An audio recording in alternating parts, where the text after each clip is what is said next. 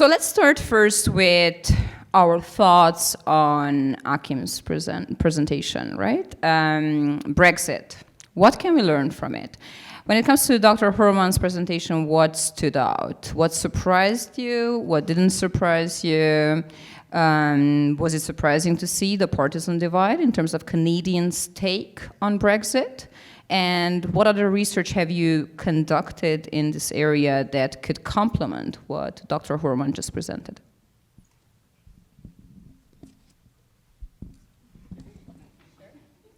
Me first, okay. Well, I have a quick hit list, so going first, I hope I don't steal other people's thoughts on this. The first one is the perils of strategic referendums, and I hope that should have a bingo card on this one, yeah? Okay, well, I'll stop there. I'll stop on that and let Graham fill in the blanks on that one. But it is worth noting because we have a premier in this province that is considering having his own strategic referendum on equalization in 2021. Second point I would say is the importance of empathy. I think the Leave and Remain campaigns spent too much time talking past each other, not enough time talking to each other. I think progressives and conservatives in this province could take a lesson from that, which is part of our Common Ground Politics initiative. And the last thing I'll say is that we need to learn that a lot of the people that are behind these referendum campaigns and these movements don't treat referendums as an end, that they treat these referendums as a means to an end. And that's particularly true among a lot of their followers, their core, hardcore believers. A referendum may carry with it a lot of short-term pain economically. This discussion online, we were talking about this. Thus far, even before the Brexit has happened, it's cost the UK $176 billion. I posted that on Twitter, and a number of Wexiteers here in the province say it's well worth it if we can get what we want in the end. And in the questions that will follow, I hope we get into what it is those end goals are, because there is a dark underbelly to this. You called it transatlantic values. Those transatlantic values that tie folks that support British institutions and British symbols here in Alberta are not necessarily those that we associate with the monarchy, but they have a darker side, and I hope we get into that a little later. Yeah, I mean, I think it's important that we do ask those difficult questions of our elected officials. One of my big learnings listening to all of this was like it's really easy to get into these relationships and really hard to get out of them. So we should be careful on the path that we decide to tread.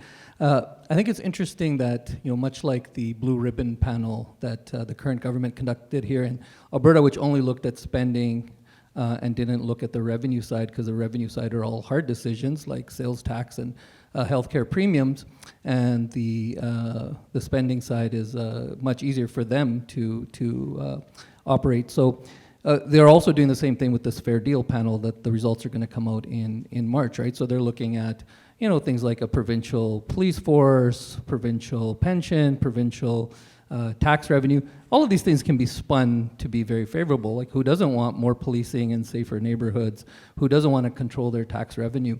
You know, but they don't look at things like cost of border control, tariffs, currency, all of these kinds of things. So I think it's important for us to, as we observe what's happening with Brexit, to also learn a lesson from Quebec, who's been saber-rattling about separatism for, 50 years and hasn't done it.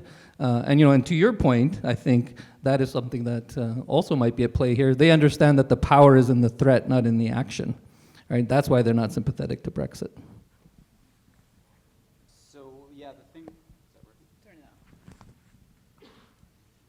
Yeah, the thing that I think I learned and kind of builds on your point is that implementation matters, and it's pretty difficult to do this. It's easy to get the vote, maybe, or not easy, but you can get the vote, but then what happens after that? And a lot of times the leaders that were leading or pushing the vote weren't willing to sort of stick around, although Boris Johnson did come back, to actually go through the details. And so in Canada, I would argue that it's probably would look a lot more difficult than it's even looked in the EU in terms of, you know, opening up the Constitution, which I'm not sure wouldn't I think it would probably bring in a lot of other issues too that could all of a sudden get pushed into that. So implementation matters, and I'm not sure that we've had that discussion about how much work there is that would need to be done in terms of what question do you ask. Parliament will have a chance to look at that and make sure that it's clear before it goes forward under the Clarity Act, and so there's a bunch of different things that will come into it. And I missed part of your presentation. I do apologize. So I don't know if you addressed the issue of xenophobia and even racism pushing Brexit. I'm from Britain. I have family in Scotland, and I was there, of course, mentioned a year ago. And I talked to people, and I got the definite impression those in favor of leaving, there's that undertone of racism to this, the fear of the outsider. Did you address that? And I apologize if you did. Yeah, I did talk about migration being an important mobilizing topic, so that links to that. But I think your point is broader, and I would agree with it. Yeah. Yeah, and one thing, one of the lessons about, and you've touched on it, the dangers of referendums. The majority of members of Parliament were against Brexit. The recent election has changed that, but the majority were against it.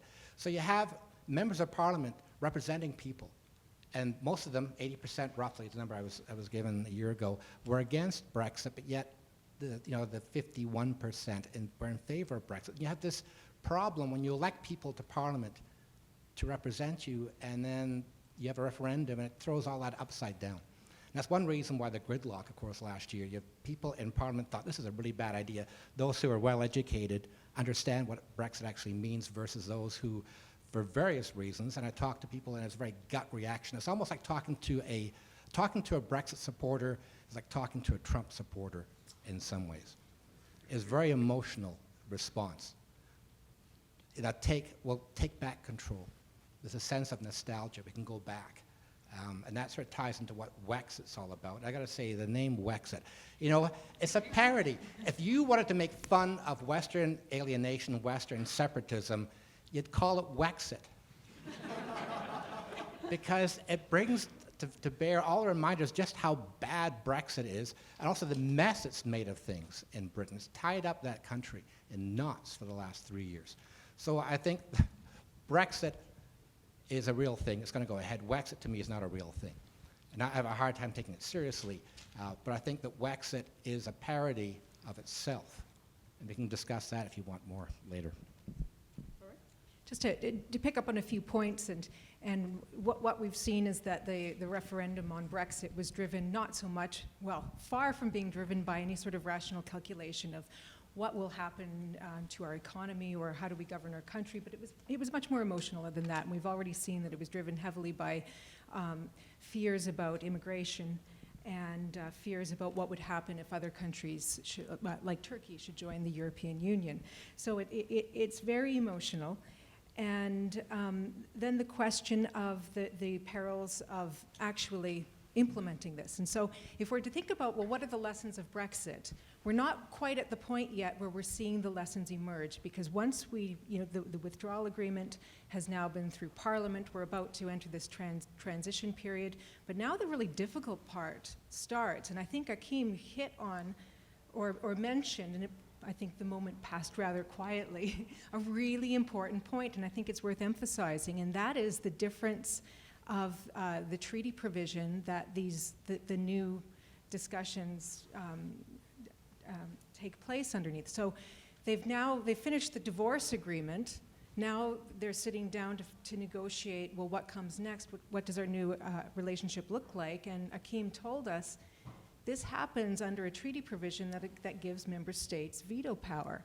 That's a really big deal, actually, because if we go back and think about, what were all of these promises swirling around Brexit and what was motivating people to vote, a big part of this, for those which looked at it in economic terms, I think they looked at it in terms of an economic identity or an ideology. This is a chance to pursue a vision of free market Britain and to deregulate. Well, I think they're in for a pretty nasty surprise if they think that they can achieve market access without also coupling that with regulatory alignment. So I think that one of the lessons of Brexit that we will see in maybe 18 months coming out is that the world's a pretty complicated place, and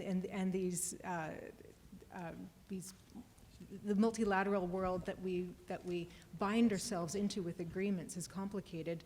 Disentangling ourselves is very complicated. It's easy to make political promises that sound compelling and move us and inspire us to vote and to take back control. But in practice, taking back control involves a lot more trade-offs than that. Maybe to briefly add, and that links to the point on the perils of strategic referendums, even if the real or many lessons from Brexit will still emerge, I think one very important lesson is that we had a prime minister going into a referendum, trying to use it as a bargaining chip, but not wanting to win it. And I think what we see, and there's some good analysis, for instance, a very interesting piece by Martin Westlake in which he speaks about the inevitability of the referendum, saying that in the 2015 British parliamentary elections, all parties in their platforms had promises under certain conditions they would hold a referendum on the European Union, because these calls for referendum had just developed this dynamic of its own. So I would be I would see that as a major lesson from Brexit, that if you want the West to leave Canada, sure, you can argue for a referendum. But if you think this is just a device in order to get some concessions out of Ottawa, I just looked at this piece by Barry Cooper here in which he says, this is just a gigantic bargaining chip to be leveraged as often as necessary. I think what Brexit shows is that it's an extremely dangerous strategy that can implode on you, to just use a referendum as a threat without seeing that demands for referendums will develop their own dynamics. And Preston Manning said as much too. Maybe that's a good segue to your second question that you can have as well. But Jared, can I just get in here? I had a couple of points. So 2 points. So one, I mean, my initial thought is, I think Andrea wanted us to comment on the presentation itself. So I mean, I'll make one critical comment. Very un-Canadian. I know you don't like Canadians. It just struck me the polling results about Canadian orientations to Brexit, the idea of sympathy or non-sympathy for Brexit. If I understand the poll correctly, 88% of Canadians ostensibly have a clear and settled opinion on whether they're sympathetic to Brexit or not. I mean, I have to say, as a scholar of Canadian politics, I'm not fully certain which view I have. And then when you go down a level below that and say, well, are Canadians more oriented to the UK or to the European Union on issues of security, trade, values, and so on, I'm actually quite baffled as to what those alternatives would often mean. And so I don't know, it strikes me as odd that you'd go to a Tim Hortons and have people who have opinions, 3 levels deep on that. So I'm a little skeptical about that. The point in terms of Wexit, I want to say this clearly at the beginning because I'm probably going to speak a little more sympathetically about it as we move on. There's almost no chance of Wexit. I said to you, I've been around in politics for a while, and I remember when this arose in the first Trudeau era, and we had talk about Alberta secessionism and so on. So I emphasize my premise here is not that Wexit is a likely outcome at all. So I'm going to talk maybe at times sympathetically, but really not very many people are serious about Wexit. But I mean, I would note in terms, I think I would disagree around the idea of strategic concessions. I think the argument from the perspective of Alberta strategists is that the referendum approach, as has been noted here, has been tremendously successful from the perspective of provincial governments in Quebec in excising or getting concessions out of Ottawa and the rest of Canada, and to create a large amount of deference. So I think actually, given that it's very unlikely there's going to be a yes vote, I actually think there's an excellent strategic set of values, if you believe in that kind of Alberta agenda, to go ahead with this approach. I think it makes a lot of sense to me strategically. I love Canadians. So let's go back a little bit to the 1980s, because John remembers them so well. So do I, by the way. Late 1980s, Reform Party. In the late 1980s, the West wanted in, right?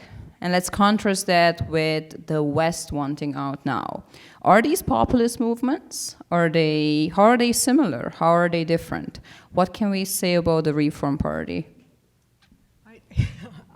I'll jump in to start because I also have a childhood memory.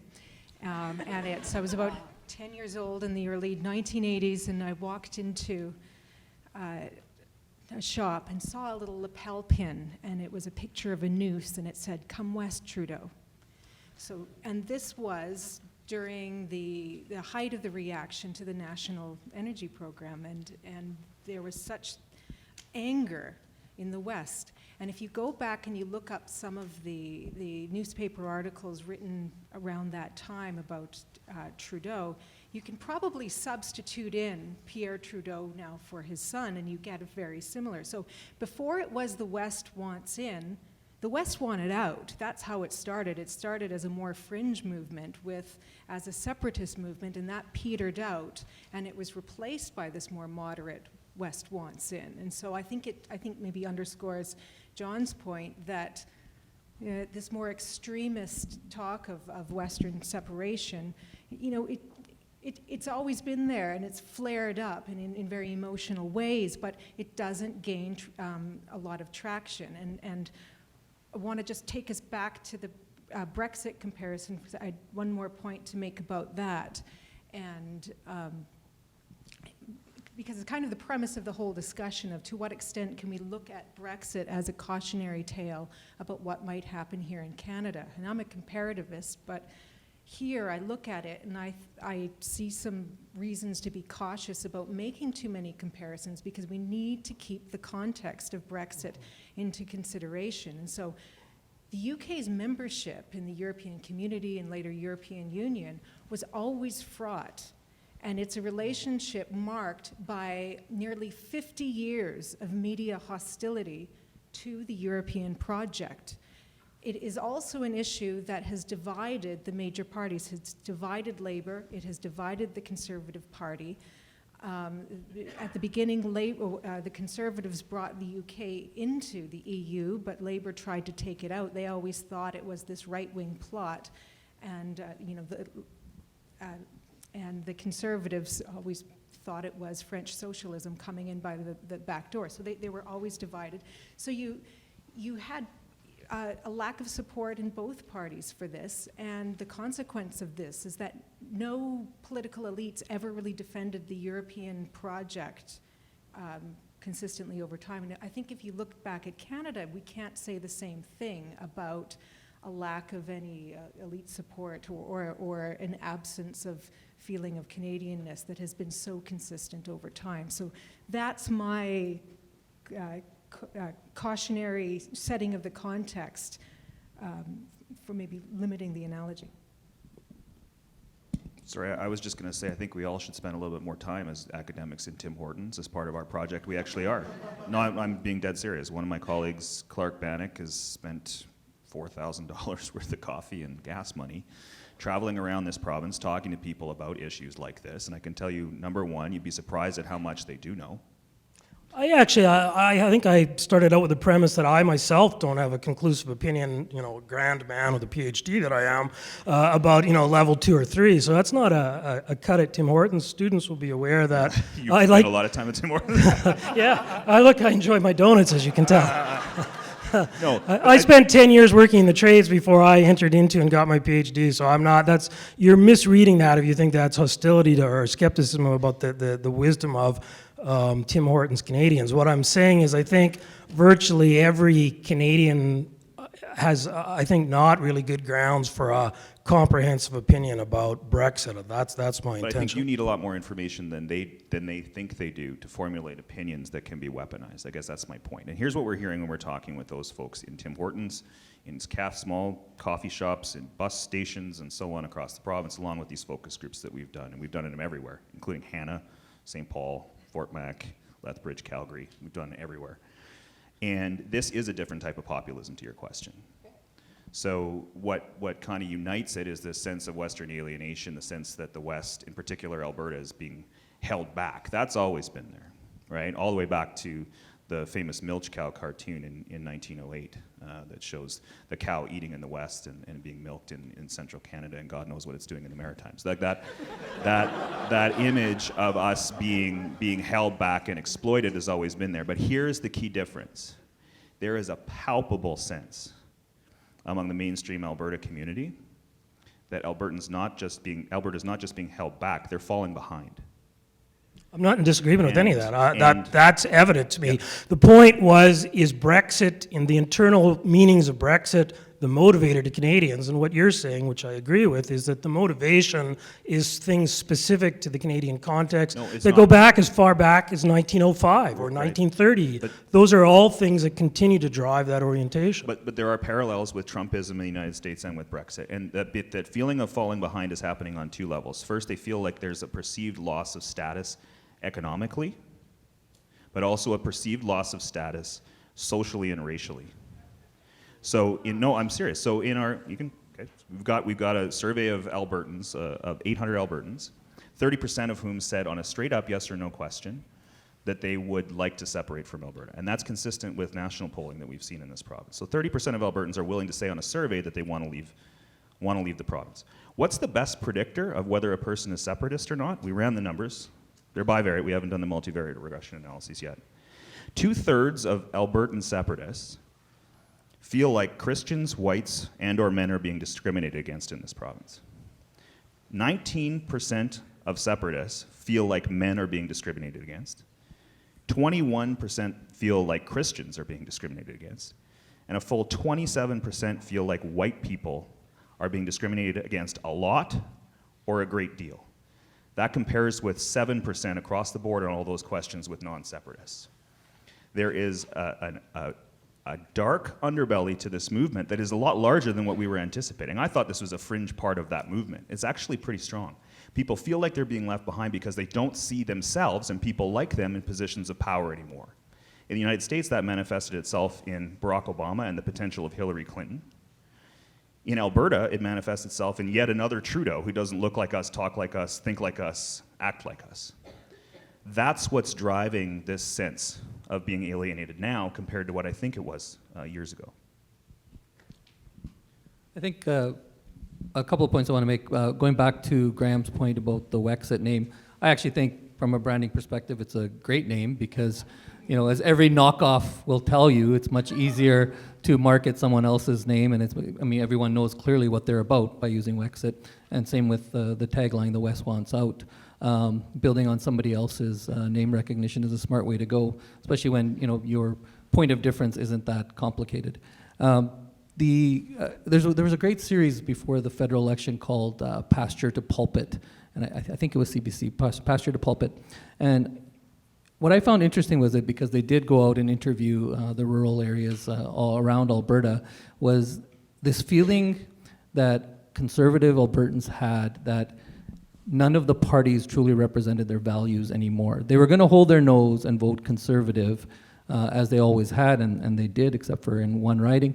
But they still didn't feel that the federal Conservative Party had the same values anymore.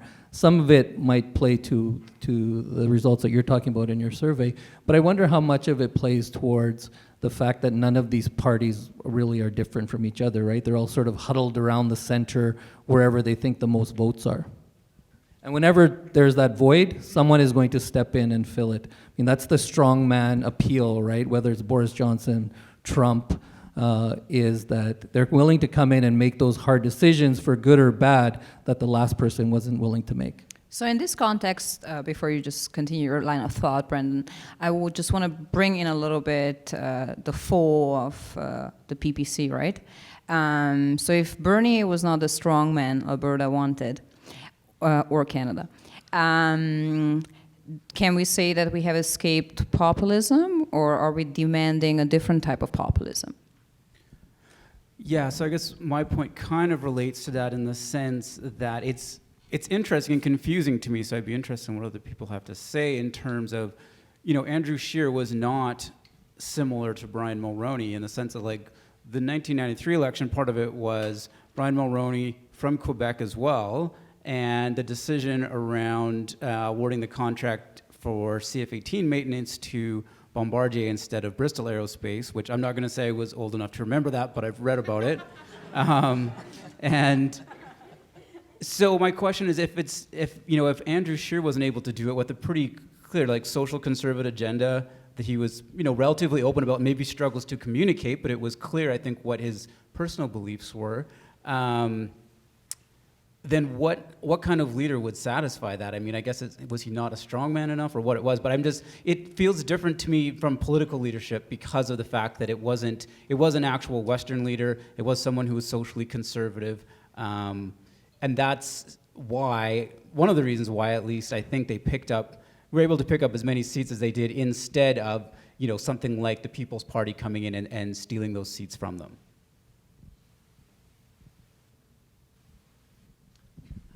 I'll just jump in here. Graham. Yes. I admit that I'm old enough. I was there when Manning founded the Reform Party. It's actually in Vancouver, and then he did a lot of meetings in Alberta. That's how old I am. I was working for CBC at the time. And I do see those kind of movements as a means to an end. The feeling was that at the time Manning was trying to position himself to be Prime Minister of Canada after Quebec separated. That was the sense we got covering him. But looking at what's happening today in terms of populism, where you've got Jason Kenney, to me right now, trying to play both sides. He's trying to whip up Western alienation, but then at the same time call Western separatism a ridiculous idea. This weekend there's going to be a conference in Calgary, I guess Value, Alberta. It's going to be the usual suspects talking, Ted Morton, Joe Oliver, doing speeches, and Danielle Smith, former Wild Rose leader. Some people, like Morton, signed on to, of course, the firewall letter from like 15, 20 years ago. That's the one that they're re-looking at now with a fair deal for Alberta, and that's the idea of our own police force, our own pension plan. This idea of rattling your saber at Ottawa. Of course, the thing is, the big issue for Alberta is jobs, economy, and pipelines, and getting your own police force isn't going to change that, isn't going to get you more jobs, isn't going to get you more pipelines. So you've got people like Keddy trying to use this as a means to an end to me, wedge issues, get people angry, and people are upset right now in Alberta. They're blaming Ottawa for everything. You had Kenney very simplistically and cynically blaming Ottawa. The carbon tax and the NDP brought in, he blamed that for all the problems in the Alberta economy.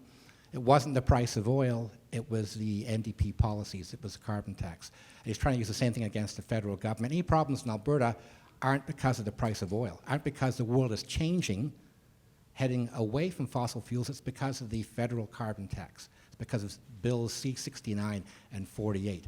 So he's using that to whip up resentment towards the federal government, and that to me is a very dangerous thing.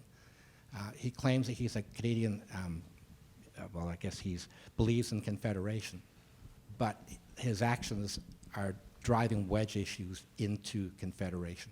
And I think that's a dangerous thing that works out really well for him politically. He's a former populist. He's a smarter than the most populists, I would say. But the driving force behind it is like Brexit. It's like what Trump is doing. It plays to the older white males. I have nothing against older white males. Yeah, and so less educated.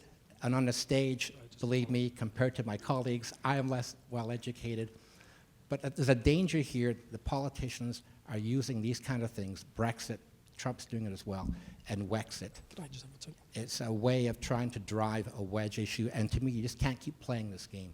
It's very dangerous. And I think politicians who play this game, and Manning did it 20, 30 years ago, it didn't work out for him for all kinds of other reasons, but the danger is right now, Alberta is setting itself up for major problems with the federal government and relationships with the rest of Canada. The world is changing. And the problem with people who support Trump, support Brexit, and who support Wexit is they don't understand the world is changing. It's not so much, it's not based on culture or language, it's based on a sense of nostalgia for the past. And also underlying that is racism and a fear of the unknown, a fear of the outsider as well, which is driving all of this. And politicians are playing to this for their own ends. Graham, your journalistic instincts are coming on strong there. You're characterizing it in a sense as strategic and manipulative.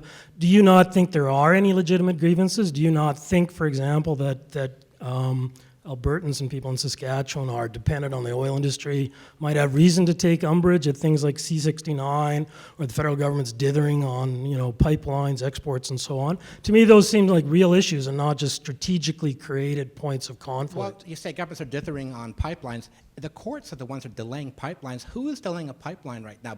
BC is, of course, this lost a court case, by the way, but BC can't stop a pipeline. Is BC putting blockades up? No, it is the courts. The reason the pipelines Trans Mountain a year and a half ago, August 31st, 2018, the courts came down. The Federal Court of Appeal came down and said the federal government, Liberal government this time, did not do enough consultations with First Nations. They're the ones that are delaying it. Okay, but there was a substantive set of consultations undertaken on behalf of the federal government with former Justice Frankie Akabuchi. The federal government agreed to proceed. Then there were additional court challenges, a second round by Indigenous communities, that the federal government refused to counter. When they went to the Federal Court of Appeal and said, we're seeking to appeal this, the federal government didn't send anybody to counter the appeal. So we ended up having an additional appeal of something that's already been through two processes. That's dithering, to my mind. I think we could look back and look at when the Conservatives were in power federally and examine what they did to get those pipelines through and be pretty critical, because the federal Conservatives knew that they needed to win those seats in BC. And they probably didn't push as hard as we imagined a Conservative government might have. But just going back to this point, I'm struck by this, and I think, just anecdotally, I think that Kenny's really dialed back his rhetoric on the not only on the Western separatism, but also on this antagonism toward the federal government. But it was striking to me how he really used that during the campaign, that he tried very hard to position Rachel Notley's NDP as the ally of the federal Liberal, of Trudeau and of the federal Liberals. And, it's interesting also, if we go back to Brexit, how, the Conservatives were out of power for many, many years. And I think that being out of government allowed the populist rhetoric within that party, within the Brexit branch of that party, to really develop. And then once you get into government, you realize, well, wait a second, I actually have to work with them and also face the realities of what you have to do once you're in government, and suddenly the world looks a lot more complicated. So I'm curious to see, as he goes through the experience of governing this province, how that rhetoric might be tempered at strategic times. So Graham, you've mentioned now twice an assumption that the Brexit move, or the Wexit movement is like Brexit and Trump, and that it's dominated by less educated people. We've got no evidence of that. So we've got a small sample that needs to be increased, but there was no statistically significant relationship between level of education and support for separatism in Alberta. And I can say that actually does resonate across the focus groups that we've held. And it to me speaks to the fact that some in Alberta, folks that work in Calgary, in the financial district, but also highly educated engineers and so on that work in the oil sands, are part of this movement as well. I do agree with you that part of what ties that together is a sense of falling behind and being left behind. And a lot of that is, whether it's conscious or subconsciously, driven by a sense that white men, in particular, are falling behind in this province, but also falling behind relative to other parts of Canada, including Quebec, right? Who's pegged, by the way, Quebec's pegged to lead the country in economic growth next year. And according to an Angus Reid survey yesterday, is the happiest group of Canadians. The happiest group to be in Canada right now is Quebec. All right. Seriously. No, I think it's 76% of Quebecers are happy, 71% of Albertans are unhappy. Yeah. And maybe it's the weather. And Directly correlated. of course, right. and people look at this, and listen, you can say politically, that you got, people in Quebec are happy. Their prime minister is from Quebec, and he's playing to them, and he's not playing to Alberta. And part of that is political reality. There's more votes in Quebec. And I take your point, John. There are people, and there is grievances in Alberta that are legitimate. Absolutely. But part of the problem is politicians in Alberta playing them up and playing to them and exaggerating them. This whole idea about, we send billions of dollars every year to Quebec. Well, we don't. We pay federal taxes. Equalization. This is something that's been going on for years. Klein played this game. Ted Morton, when he was in government, played this game, Minister of Finance, this idea that we give all this money to Quebec. Well, we don't. We pay our federal taxes, and it's one program, and they pay for the armed forces and things like that. Back in the day, Klein actually said publicly in 2006 at the Premier's Conference to me publicly, "I'll never talk to you again," because I had done a column saying either didn't call him ignorant, but either he doesn't understand equalization or he's playing games, because he did a speech saying he was thinking of withdrawing from equalization. You can't withdraw from equalization. You might as well say we're going to withdraw from the Canadian Armed Forces.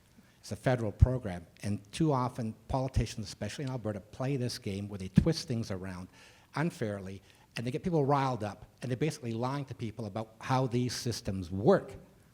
That's what really gets me angry, because there are grievances, legitimate grievances, but politicians play on them, and they exaggerate the problems we have in this country, and don't give, to me, solutions that are actually going to work. All right, let's talk more about Quebec. The failed secessionist movements in Quebec and identity. Quebec, a nation within a nation. What's up with Alberta? Do Albertans believe that they are Canadians first, or do they perceive themselves as being first Albertans? I'm not sure if I can answer. I have the mic with the power on, so I guess I'll talk.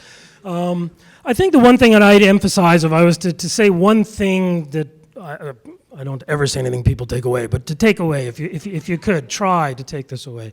I'm very concerned when I hear contemporary conversation about the nature of Western discontent, Alberta, Saskatchewan, and I should say I'm coming from a position where I've historically been very progressive. People know I'm a huge advocate for the Charter of Rights. People in my class get sick of my, positive commentary about Pierre Trudeau and my enormous hostility to Justin Trudeau, so I'm I'm trying to offer to you the idea that I have a nuanced position here, but the arguments on behalf of Western alienation, Alberta and Saskatchewan discontent, I think are degraded when they're associated with things like the idea of racism and the yellow vest protests. I think that's a way to for elites often to discount the validity of the concerns, or for people to say that these are things that are whipped up by politicians. I think the underlying idea that drives this sort of movement, and it's one I think I'm being more persuaded by over time, but you don't have to be.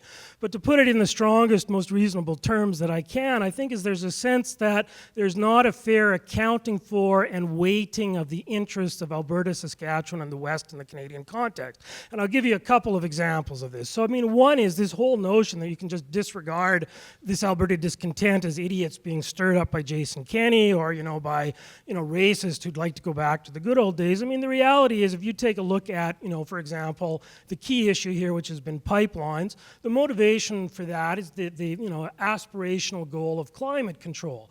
But ask yourselves, if the policy immediately was to be, respond in an emergency basis to climate control, what would happen to Bombardier that produces jet airplanes, right? The cost of an air flight around the world, which is, for 90% of people an entirely voluntary luxury, is about 5% of the annual budget of people's carbon emissions. So if you're serious about getting rid of these kinds of things, let's get rid of Bombardier and its production of jetliners. Or let's shut down the auto industry in Ontario, which is producing all these carbon-emitting cars, and that'll encourage people to go electric. And immediately when I say that, you recognize, well, that's crazy. Who would do that? But that's essentially what you're saying, and this is an allocative issue. So if we're responding to climate change by reducing carbon emissions, who's paying the price? Are we all paying the price, or is it one particular industry in one particular locale? And so I think in a deeper sense, when Albertans sort of contemplate that, you subconsciously recognize, well, I don't think it would be too likely that any prime minister would say, let's shut down Bombardier. And so I think one of the things that tends to motivate this sense of alienation, hostility, and so on in Western Canada is the idea that interests, you have to weigh them. It's politics, it's reality, there's conflicts of interest, value, and so on. But are you actually giving a fair accounting for and weight of interest in Western Canada, or are you setting them aside and disregarding them? And I'll give one other, and this is going to be a little provocative, but I guess that's why I'm here. Graham very aptly mentioned one of the things that are holding up things like pipelines in Canada are the Canadian courts, and one of the major motivators of that is their enforcement of the emerging and elaborated doctrine of the duty to consult with Indigenous peoples, which is constitutionally founded, sections 25 and 35 of the Constitution Act 1982. But that's something that can be read more broadly or less broadly, and the tendency over time has been to read it more broadly. And in the public conversation about this, there's an understanding of that set of entitlements as being, here as some kind of absolute brought down from the heavens, whereas, the conflicting, preferences and interests of, the oil industry or people who depend on Western Canada is perceived as somehow secondary, lower, et cetera, kind of something we can write off. Imagine if you had a prime minister talking about Indigenous interests around these issues the way we tend to hear people talking at the national level about Alberta interests. So those are, to my mind, can be complicated ideas, but subconsciously I think the argument is that the dispute is not necessarily that you didn't get what you want, but that there's a real disregard for giving a proper weight or allocation to what you're requesting. And that, to me, is why I think, there's validity in the emotions of Wexit. I don't think it's just something being stirred up or whipped up or in association with racism. So that's the one thing I'd like you to take away, I think.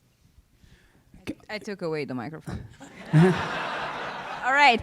So, yes, Brendan. Can I just jump in on the climate change? I think it's interesting, and I don't want to disregard some of the great emission reduction technologies and innovations that have gone in the oil and gas industry, but I don't think there's this sense of shutting down the oil and gas industry. It's more about focusing on transition and I think the rest of Canada is open to a transition, and part of that is it's not that it's driven by the mandate of the government so much as I think it's government at least perceiving that the market and trends are moving that way and trying to get out in front of this and help the transition rather than having to react to it in a way that creates more economic pain. And so I think that is what's driving it more than, say, I'm not sure that the comparison with the auto industry is the same, because of course they're transitioning too. They're developing electric vehicles as well. And I know that air travel is difficult, but there are people looking at ways to reduce the emissions from airplanes as well, like jets as well. I just have a question. I want to ask Achim, because he lives in Ottawa, and he can speak about this. How does Ottawa perceive this Wexit noise movement? Well, I think, Ottawa obviously is not homogeneous, but from my vantage point, I don't think there's very good understanding of what underlies these calls. I can't help but remark that Canada was governed by a Conservative Prime Minister from Alberta until not too long ago. So for a long time. For a fairly long time. So the perception who that tweaked the equalization formula in favor of Quebec. Yes. And Well, the CHT in favor of Alberta. As someone not from Alberta, I'm also I can't help but noticing a strange fixation with Quebec. Envy. I think that the concerns of Quebec are grounded in cultural and linguistic concerns that are very understandable and that you can't get around. You might not like the tactics and you might not like how Canadian federalism has developed, but I think in and of itself it's quite legitimate, it seems to me, that Quebec is interested in protecting its role as the French-speaking province in Canada. So those are just my observations. I don't think that in Ottawa there's a very good understanding of exactly the motivations that underlie this Wexit debate. I think there was a surprise at the intensity at which it came up. Certainly, your research, I don't think, or the actual research that has been done hasn't been digested very well, and would strongly help to have a more informed debate about these issues. Did we? None of us have answered your question. I don't I know. think. All right, I wanted to say that Quebec. Hey, I asked a question so on identity, and nobody wants to. And you know what? What I'll say about Quebec is you can't argue with success, right? So they had 2 referendums, which were both defeated, especially, and the second one narrowly defeated on separatism, and they still continue to beat that drum because it allows them to punch way above their weight politically. You know, if you want to talk about, what one of the many reasons why we can't get electoral reform, Quebec is one of those reasons. So, and also the Reform Party. I mean, anybody can see that the Wexit Party registering themselves federally is following that path. The Reform Party movement was very successful, became the Alliance Party, became opposition, merged with the PC, and became government. You can't argue with those kinds of successes. So I don't think that you can understate the value of those lessons. I don't think that Graham, and if I'm putting words in your mouth, forgive me, but is saying that we should ignore those sentiments that people feel. What he's saying is that we should put the spotlight where the blame is, whereas the politicians who are fanning those fires of divisiveness, it's ridiculous to think that white men are being left behind. There was a study done last year. Men of color make, I can't remember, don't quote me exactly, but something like 78 or 80 cents to the dollar of a white man. Women of color even less, right? So, but we can't allow, and the light at the end of the tunnel is, I actually think that this sort of rhetoric that has been magnified by our master persuader south of us is sort of starting to die out. I mean, you're seeing in the race, in the Democratic race, that anyone that was platform was based on identity politics has dropped out. As Andrea mentioned, Maxime Bernier on his stance on immigration didn't get any traction. So I think that Canadians were a little bit different. We can see through the hyperbole, but the one thing that I think everybody is saying is that we can't ignore these feelings of alienation and not being valued that Albertans feel. And I don't think the current government is. I mean, the Deputy Prime Minister has been here a few times. She is listening. They're obviously taking it seriously. Otherwise, why she would visit? Why would she keep visiting Alberta Blue? So I did have a quick answer to your question I about wanted identity. you to. So part of our focus groups, we've asked all Albertans to draw us an Albertan. Some of you may have actually been part of Brendan's class when we did that exercise here. So we actually give them a blank piece of paper and have them draw an Albertan. And the number of Canadian symbols that show up in those drawings is remarkable. I mean, we'll be posting them online within the next month. You can take a look for yourself. So and I think symbols is a good way to measure people's attachment to a particular community. And this gets back to your research that show that some Canadians have an affinity for Britain over Europe. I was surprised to find that British symbols are now popping up in dark parts of the internet that are promoting white nationalism here in Canada. So the red ensign in particular is being used as a symbol in some of these websites. It came up as a point of discussion when Premier Kenney used a version of that flag behind himself in a photo op with the Globe and Mail. I was the first to defend him and say I don't think he's a white nationalist. But it does say that Britain is as much a partner in the international community to a lot of Canadians as it is a symbol. And for some, it's a symbol of a bygone era, right? And for folks that are saying, let's make Alberta great again, which is who we find at these Wexit rallies, that's the kind of Alberta they're talking about.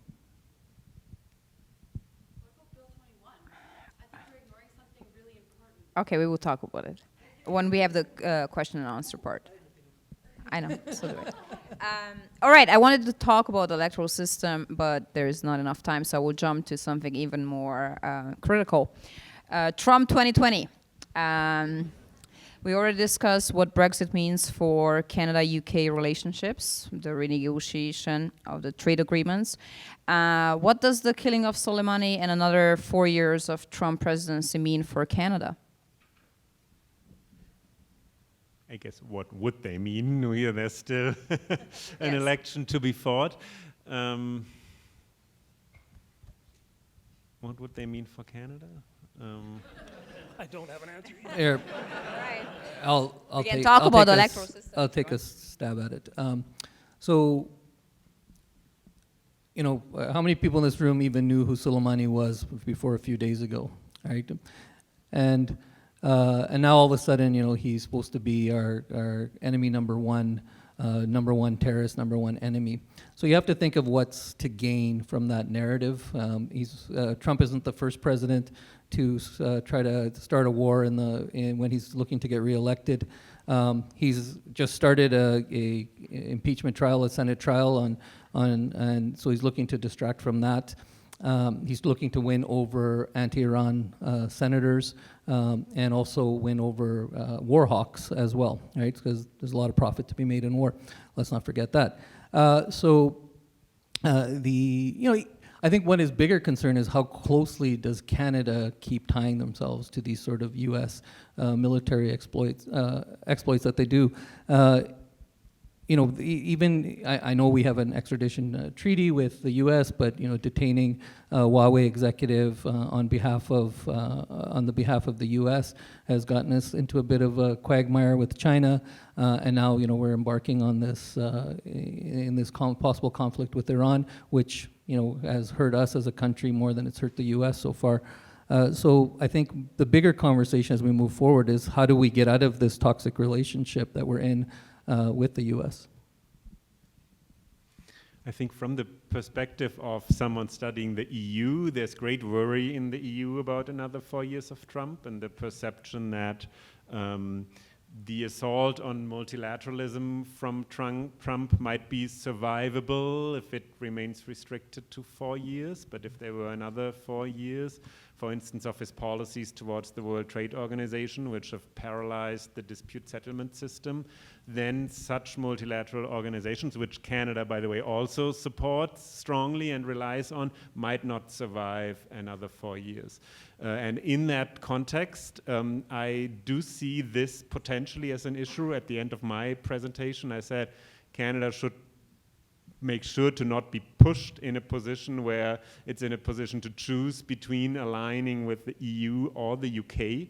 But a lot of this pushing might actually come from a Trump presidency if, for instance, he finds an ally in Boris Johnson on certain trade deals and certain trade policies towards Europe, where the trade conflict between the EU and the US is at best at some kind of truce, and it might implode. What is Canada's role in that, and where will Canada be positioning itself? Those are important issues. I think the prospect of 4 more years of Trump in the White House means 4 more years of quite an unpredictable president and a very unpredictable American foreign policy as well. And I think this is concerning because we're now also entering a period where we're looking at Britain to see how it is going to position itself in foreign policy. And we see in the reaction to the crisis in Iran that Boris Johnson was the one European leader who aligned himself most closely with Donald Trump in the aftermath of that. And I think that's a little bit concerning. Historically, I think the UK has been highly supportive of a common foreign and security policy with the EU. It was one of their deepest held interests, and it was conservative politicians such as William Hague who had really pushed that relationship and tried to build a strong defense cooperation. And so I think that the British stance now is quite reflective of also some of the more erratic qualities of Boris Johnson as a leader. But I think that combined with the assault on multilateralism that we've seen over the past several years, that this introduces more risk. In terms of other aspect of Canada's foreign policy and its foreign cooperation that might be affected by more years of Donald Trump in the White House, he's pulled out of the Paris Climate Accords, and so the question is how effective will Canada's climate change initiatives and its global cooperation in climate policy be? And this is important for Canada because we are part of this large North American market, and so shaping our rules is going to have a big impact on that.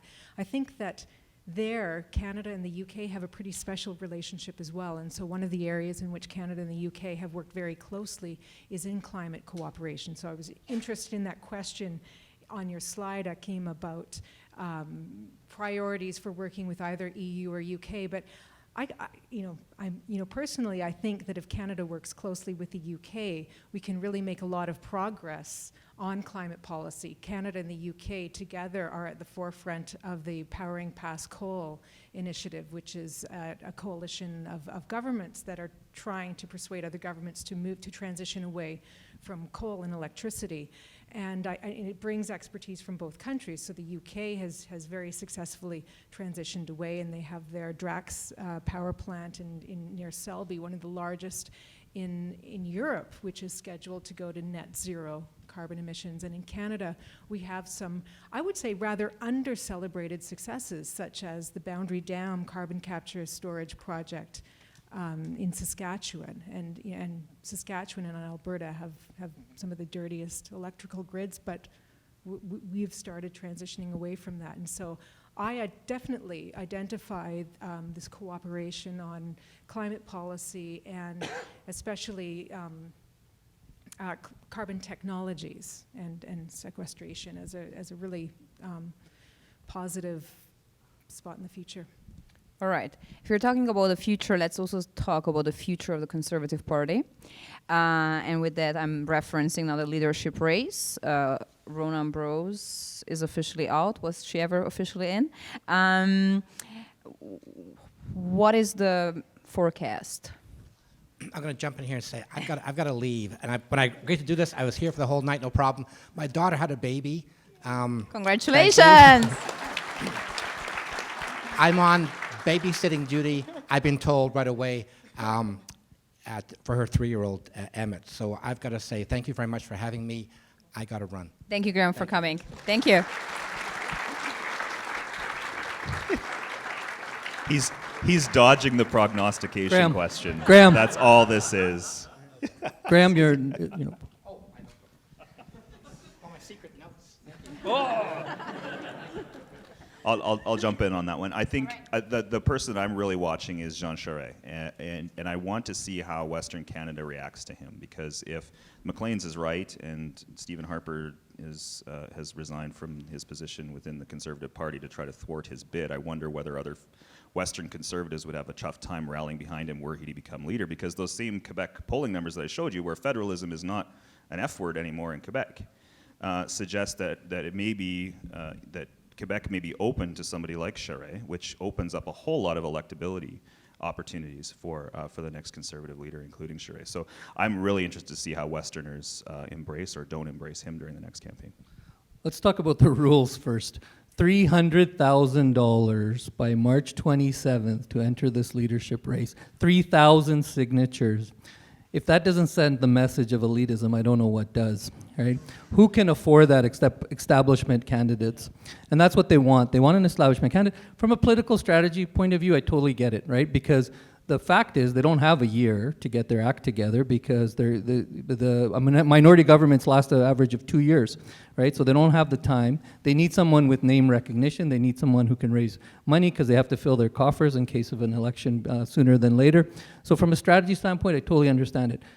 There was a survey done in December which said that accessible voters for the Conservative Party, that's not conservative stalwarts, but people who may vote Conservative, the words that they associated with the Conservative Party: traditional, outdated, elitist, right? How is this going to help you when people associate those kinds of names towards your party? The other part of it is, there was another leadership race in 2017 when Scheer won, and that was for the federal NDP. $30,000 to get in. Okay, 500 signatures. Of the 500 signatures, half of your signatures had to be from female members. 100 signatures had to be from equity-seeking groups, indigenous, visible minorities, LGBTQ, etc. Now, 100 signatures out of 500 isn't a lot, but look at the message it sends in terms of what your party is about, and look what the result is. You get the first visible minority leader. You mean first? You mean first visible minority prime minister?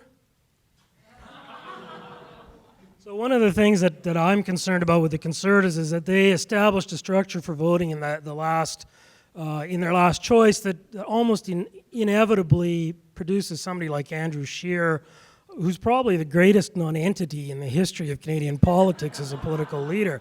That's what the Conservatives don't need. If I had the opportunity to speak to Conservative members, I'd say don't be stupid, because, people who are critical of contemporary elites and those, on the left, Justin Trudeau, one of my bête noirs, somebody I don't like very much, are depending on the Conservatives to make a sensible and intelligent choice, and that may require traditionalist members to, potentially vote for somebody who makes them uncomfortable by saying some things that aren't part of the ongoing, consistent, historic message. So the Conservatives, I think, and this is one of the reasons I think there was so much anger with Andrew Scheer amongst, Westerners in particular, elected somebody who, was almost unelectable because of all kinds of deficiencies. So I hope the Conservatives are going to make a more sensible choice this time, just for the sake of the opposition of it. I mean, he had the most MPs supporting him. He squeaked by on 13th ballot. I mean, Maxime Bernier was beating him on every ballot. They didn't want Scheer, but they got Scheer. But and also, that's a product of their only system, the Conservative Party would remove a leader that gained seats and had the most votes of a second most votes of a Conservative leader of all time. Only they, because for the Conservative Party, failure is not an option, and he should have won this election. Well, empty net, missed the empty net, as Peter MacKay said. What's that, sorry? Scheer missed the empty net, as Peter MacKay said.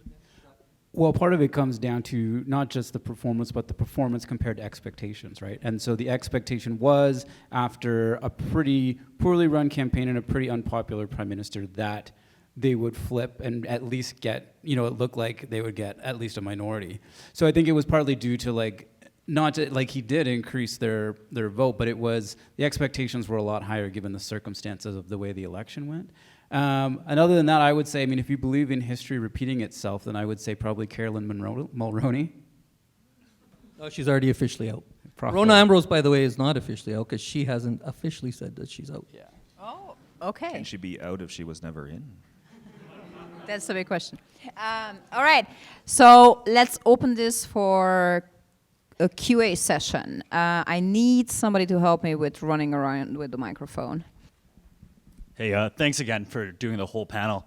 I want to circle back to a comment that John had made, comparing the way that Aboriginal issues in Canada have been dealt with the way that Albertans' issues have been dealt with. Do you think it's a fair comparison to compare Alberta's struggles to the struggles of the Indigenous people of Canada? No, not at all. And when I make that statement, I'm talking about the last 10 minutes here. I'm not talking about Canadian history going back to 1867, the huge array of atrocities against Indigenous people, such as the residential school system, etc., are all things that the Canadian state should be, enormously sorry for and that we need to acknowledge. I'd also emphasize Sections 25 and 35 are part of the Constitution, and they do carry a moral weight. So there is some significance and merit to the idea of, recognizing existing Aboriginal and treaty rights. But like any response to previous injustice, this is an argument I would make. The goal is to establish justice in the new regime, not, and I think this is one of the problems with the term reconciliation, not to try to make amends for what's occurred in the past, but to make the regime that we all share together just going on into the future. And if your only perception of that is that you have to be deferential to every goal, concern, or elaboration of the interest of the previously, abused group, then you're creating new injustices, and I think these are the things that tend to motivate that sense of discontent. So you agreed that it wasn't a fair comparison to make. Do you think that, as other panelists suggested, there are specifically conservative parties using this hyperbole to incense people to vote their way? Do you think that your unfair comparison, as you've admitted, is that type of political grandstanding? I think we've got somebody ready for journalism here. No, I did not acknowledge that it was an unfair comparison. I said to you that my comparison occurs within the last 5 minutes, meaning about the last 10 or 15 years of the elaboration of Canadian responses to Indigenous claims, the duty to consent, and so on. So if you have an honest question, I'm happy to give you the answer, but I'm not going to play gotcha with you, man.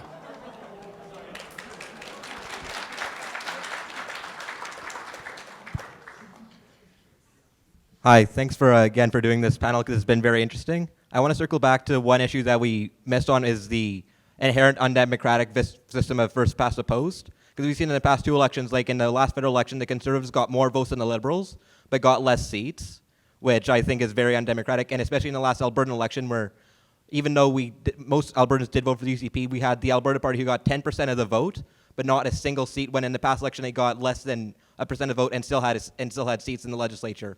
So do you think there's any chance that we can see the system turn, and do you think we'll ever get back to a system where ideas are actually debated instead of just like Stephen Mandel put in the last Alberta debate, calling each other the devil, and whoever can play the other side as the devil the most will win the election?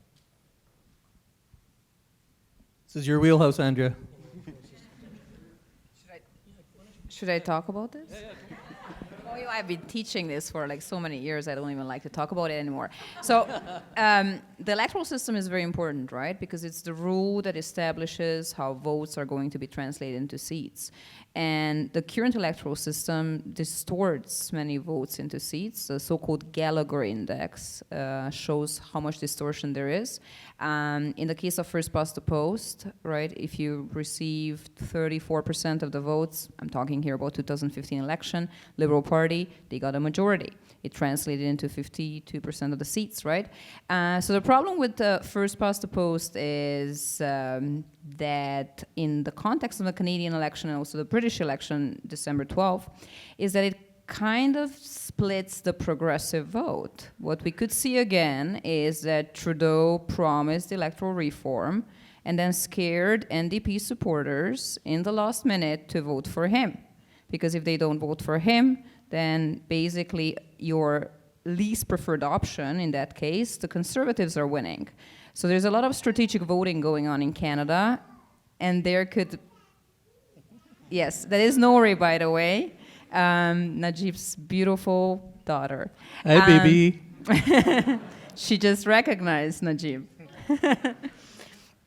So in that context, we could also argue in Alberta that, or we could be upset that all the seats -1 have been won by Conservatives. I don't think that many of us in this room voted Conservative. So where is the progressive voter, and how is the progressive voter represented in the prairies? That could be a follow-up question to yours. Yeah, and where's our accountability? We elected a majority government in 2015 that promised electoral reform to And we got almost immediately marijuana instead, the go back legalization on of it. weed. And then we Only and that. then we rewarded them with a minority government. All right, so where's our accountability? If we want electoral reform, I'm telling you right now, provincial referendums aren't going to get it done, because as we alluded to earlier, no one does a referendum without knowing what the outcome's going to be. All right, so the way that they do referendums and have been done in this country, they're all designed to fail on electoral reform. What they think is going to happen. David Cameron did not know what was going to happen. Right? Well, let's not forget that Trudeau came to Macewan University in 2018, right? And there was a question from the audience that asked him, so what's up with electoral reform?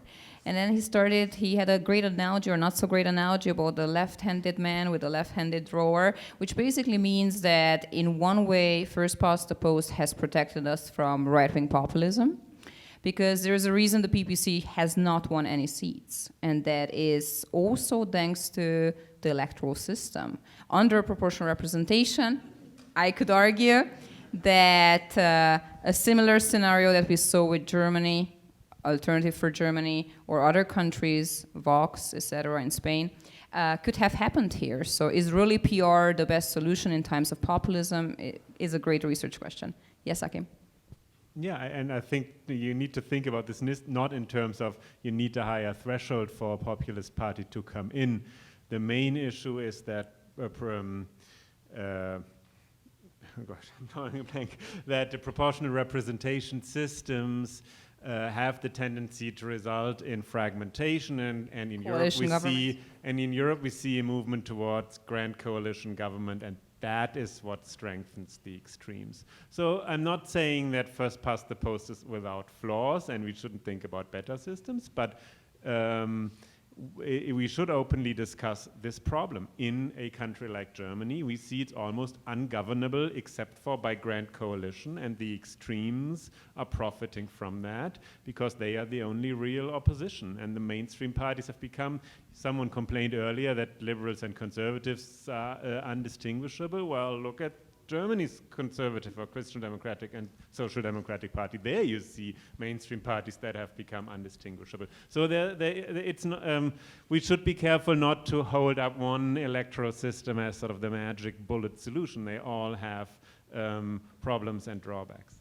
Maybe we can also recall the outcry that we saw back when the Liberals and the NDP thought about joining forces to form a coalition government when the Conservatives were in a majority. And there was an outcry, this was illegitimate, we didn't elect them.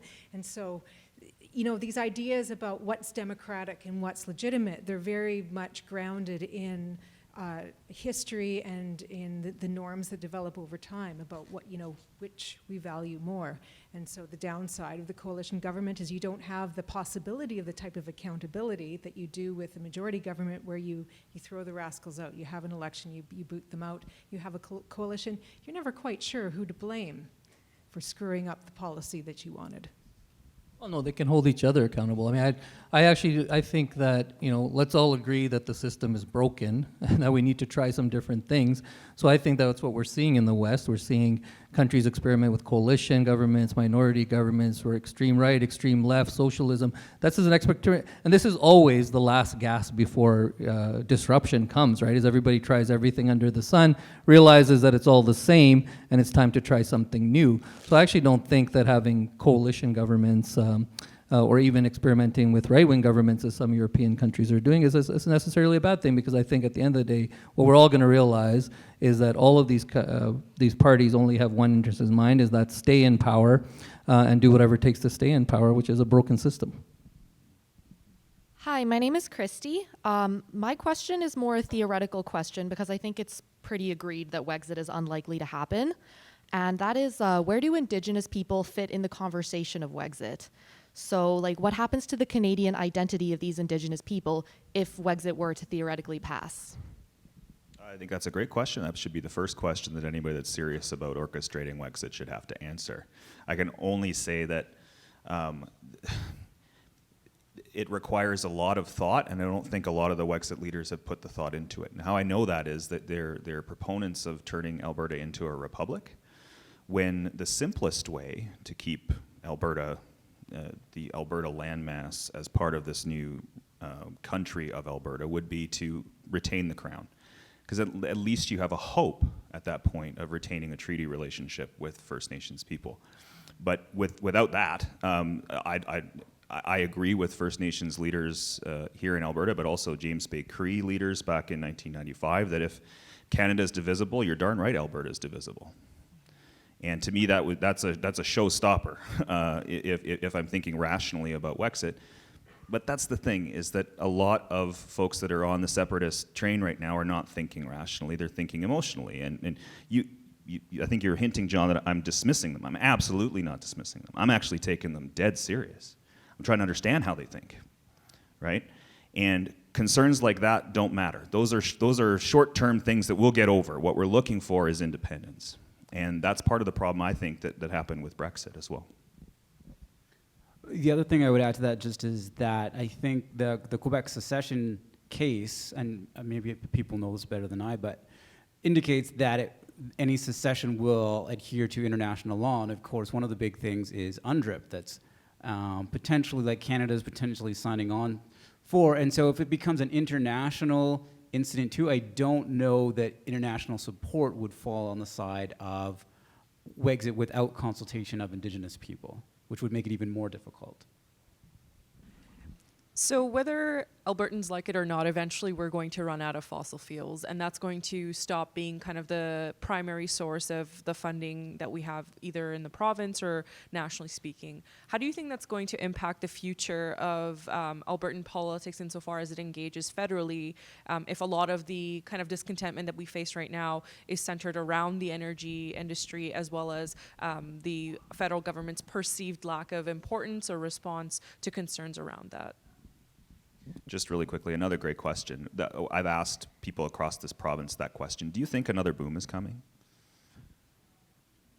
That is another fundamental difference between this round of Western alienation and previous ones. Because at least there was a sense we were being held back, we're not falling behind, and another boom will come. Now it's, we're being held back, we're falling behind, and there's no light at the end of the tunnel. And that's not due just to the end of fossil fuels, but also the sense that we're powerless against an international global environmentalist movement. And that's why you saw so many people in Alberta upset at Greta when she was here in town. They fear her. They fear her because she's a symbol of the death of a way of life. There's a lot of debate whether or not we've hit peak oil. Iran just found 53 billion barrels of oil, additional oil, so another reason why all of a sudden renewed interest in them. So I actually think that we'll probably, the demand will curb before we run out as we diversify and find other means of energy. So I don't think that we need to necessarily beat that drum of whether or not we run out of fossil fuels. I think that there's no question that we need to diversify away from them. So again, we hear, some of us, Graham's gone, but like to emphasize our age. I'm not quite old enough to have been unemployed in 1981 in the previous great crash, but I am old enough to have been unemployed through parts of the mid-'80s, which was the follow-up period. We heard then there would never be another boom. I'm a political scientist and not a financial investor, but we may indeed have another boom because there are other factors that are involved. So there's a huge de-investment now going on in the oil industry. Eventually, unless the forces of movement beyond it outstrip that, we may have another boom. So I'm not as pessimistic. I'm not necessarily saying we will. But at some point, the oil gravy train will come to an end, which I think is the premise of the question, and things are going to be shitty. Let's face it, that's the reality. If you go to, I think I was in Arizona, 15 years ago, there's a lovely town there, Jerome, Arizona, which is incredibly, picturesque and scenic, and it's a dead gold mining town. That's the future of Alberta. Not quite that dramatic, but all of the goodies that we enjoy, all the high academic salaries, the tuition caps up to now, these grand buildings, or semi-grand in our case, it's coming to an end, man, and it's going to affect all you folks probably a bit more than us. Go ahead. I was just going to jump in to say that we've heard over the past few hours about some of the survey research and the demographic predictors of discontent and the similarities between Brexit and Wexit attitudes as well. And if you look at, and so I think this question of Alberta's upcoming economic transition, or the structural change that is eventually facing Alberta, I think what's interesting to me is it's just not an economic matter. It's not just a matter of our unemployment rates going up initially and maybe being higher than other provinces, or individual household incomes going down. It's also a gendered change as well. And we see this, I think we can compare it to some of the coal regions in Appalachia, for instance, where the impact of the loss of jobs, and so and coupled with some of the debt crisis on an individual household level and that we're seeing. We're not just seeing people losing their jobs and losing their livelihoods. We're seeing situations where someone's whole way of living is maybe threatened because they were the breadwinner and their wife could stay at home. And they earned a fabulous salary, maybe even dropping out of high school, and you could go drive a truck in Fort McMurray and earn huge money. And those days are coming to an end. And so what does that mean? I think that's a huge psychological impact, and I think that we need to think about the sociological impact of that as well, and how that then feeds into a sense of your way of life being threatened. There was a really fascinating long article in the New York Times that had focused on the coal regions in the United States, and what was really striking about that, where the workers in the coal industries were losing their jobs, mostly men, and they were upset about that, and they were upset about the loss of their jobs, but what they were more upset about was that their wives had found jobs, and they were, and so healthcare mostly was where the employment was picking up, and a lot of women were getting jobs. And there's similar gendered employment trends in Alberta, and I'm really curious about that, about the impacts and the knock-on impacts that will have. And if you overlay that with some of the maybe social conservatism attitudes that drive certain forms of political resentment, and it's worth, I think, looking into quite carefully. And so it's what's striking, I think, is how complex this economic transformation for Alberta is going to be, I think. I think we have no more time for questions. Is there one more question? Okay, the last question goes to Ruan. Laya, give him the microphone, please. Turn it on. Thank you. Yeah, there we go. Nice. So I was just kind of curious, in light of, I guess, the Conservative leadership race that's going to be coming up.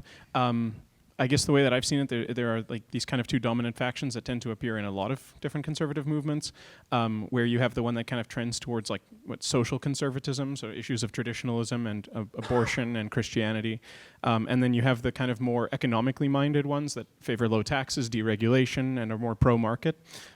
It seems like sometimes these can come into conflict. Do you see one of these sides being like more successful, maybe even in the long run, in Canada? And I guess I would even extend this to the Brexit question as well, like to see if those kind of factions within conservatism will come to a split, if one will win out, that kind of, yeah. Well, I guess it depends a little bit on what the definition of successful is, because I think in terms of electability as a federal government, probably the fiscal conservative side would have more electability in terms of its broad reach. But on the other side is that to be able to get to the point where you can run for prime minister, you have to become leader of the party. And that's something that is a little bit more difficult to navigate. And that's the challenge always, right, is to go right enough to not have someone do an end around you in the leadership campaign and then come back to the middle for the general campaign. So whether someone can successfully navigate that, a fiscal conservative or sort of a red Tory middle of the road can navigate that, I don't know. Maybe, I guess. We'll see. So the National Post has a series out right now, and Sean Spear wrote a piece today saying you can't do it unless you're a social conservative. You won't win the race. I disagreed. If you want to see the full arguments on Twitter, follow me. But no, I argue that you've created a false dichotomy. I think the winner of the next Conservative leadership race is going to be like Stephen Harper. He's going to be a libertarian. Because what we found in our focus groups is not that Albertans are socially conservative, but when it comes to asking them, like, how do you feel about the LGBT community? They say, I have no problem with them as long as they don't wave that damn flag in my face. That's a libertarian position that shows up in surveys in some cases as being socially progressive, because they ask people, do you respect our LGBTQ rights? Yeah, absolutely. But they don't follow up with how important is it to you? Most people that would fall into that 44% of conservative accessible voters don't think about social issues all the time. They're looking for a candidate like Stephen Harper that likes to put those things to bed and say to each his own. That's who's going to win the next race. It's going to be a libertarian. And that's why they're courting Rona Ambrose so hard, right? Because she's seen as being more socially progressive. The learnings... Just one thing, because I want to interrupt you here. The Conservatives lost the election because they lost the Greater Toronto Area, and they lost the female vote in the Greater Toronto Area. So if the Conservatives want to win the federal election, they have to win GTO. And if they can't win the female vote in the Greater Toronto Area, then we will have what we're having right now. And that's what the young urban voter wants to see. And exactly to the point that was made is that people want to move on from these debates. The church has moved on from some of these debates, and our political parties are still fanning those flames. All right. So let's thank the panelists.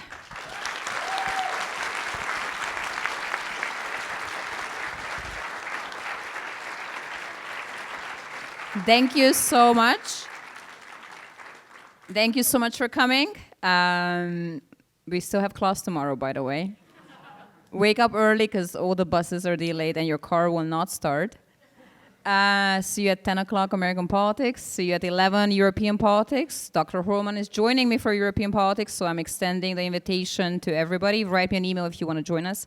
Thank you for coming, and stick around for a little bit of networking. Thank you so much.